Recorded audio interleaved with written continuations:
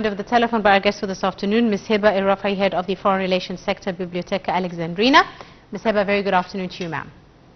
Good afternoon to you. Thank you for having me on the show. Thank you so much for joining us and for giving us your time. Let me start by talking a bit about today's meeting. President Sisi received the Board of Trustees of Biblioteca Alexandrina and, of course, stressed the need and the importance of Biblioteca Alexandrina in its mission, building bridges between cultures, establishing peace and development, as well as becoming a safe haven or a space for scientific research and development and the dissemination of knowledge. How do you see today's meeting and the importance of such a meeting, and follow-up by the President, Ms. Hiba? Well, as you mentioned, yes, and fortunately we have a Board of Trustees, which are a number of very distinguished international and Egyptian figures. Yes. And of course the support of His Excellency the President is very important to the role of the library, as you mentioned. The Library of Alexandria has a various number of missions in terms of disseminating knowledge, being a window for Egypt on the world, a window for the world on Egypt. And His Excellency the President mentioned how this needs to continue, and particularly to support the young people in the future, as they are the future generation for us. As you mentioned, not only in terms of reading, but also in terms of innovation and creativity. And the Library of Alexandria covers a vast number of fields, whether that's scientific, cultural, artistic, or just general knowledge. So the fact that the Board of Trustees is able to have this very enriching and open discussion with His Excellency the President obviously places a lot of importance on the role of the library.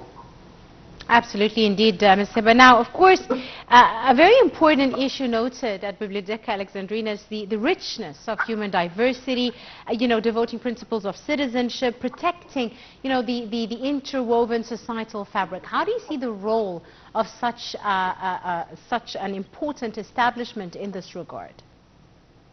Well, if we revert back to the ancient Library of Alexandria, obviously the Biblioteca Alexandrina is a revival of that ancient legacy. Mm-hmm. In history, it was in fact a place where people could come from all different walks of life of the ancient civilization to be able to have a dialogue together, to think, and to come up with new ideas.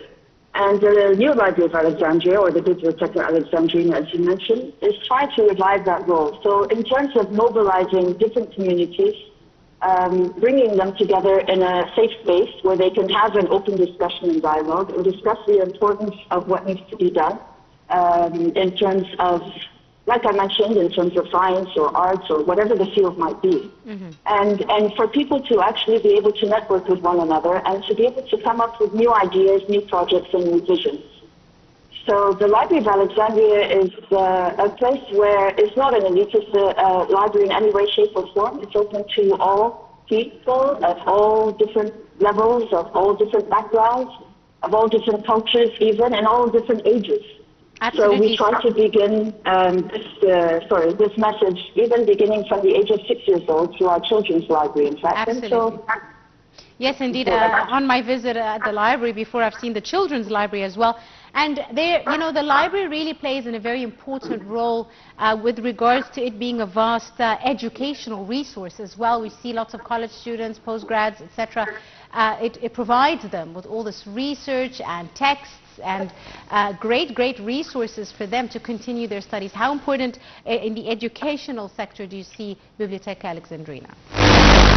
It has definitely been playing a very important role. Yes. I mean, we have a vast number of students who come in to use the facilities, to use it as a study area, to access the resources that we have available, whether they are physically available in terms of publications on the shelf or through the electronic resources that we provide them.